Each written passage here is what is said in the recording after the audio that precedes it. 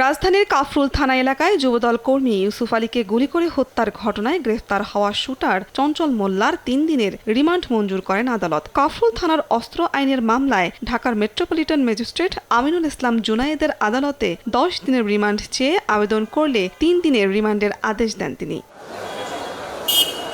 CCTV ফুটেজে দেখা যায় গত শুক্রবার রাত 11টার পর মিরপুরের কাফরুলে শেরেবাংলা প্রাথমিক স্কুলের পাশের গলিতে কয়েক রাউন্ড গুলি করে পালানোর চেষ্টা করে সন্ত্রাসীরা। গুলিতে ঘটনাস্থলেই নিহত হন যুবদল কর্মী ইউসুফ আলী। এ সময় সেখানে থাকা কাফরুল থানা যুবদলের সদস্য সচিব হাফিজুর রহমান বাবু আহত হন। স্থানীয়রা জানান, বাবুকে টার্গেট করে এই হামলা করা হয়। এই ঘটনায় 2 জন গুলিবিদ্ধ হয়ে হাসপাতালে চিকিৎসাধীন আছেন।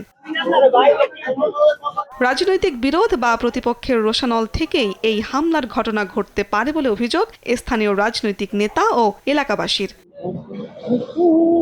শারমিন পুতুল, দেশ টিভি, ঢাকা।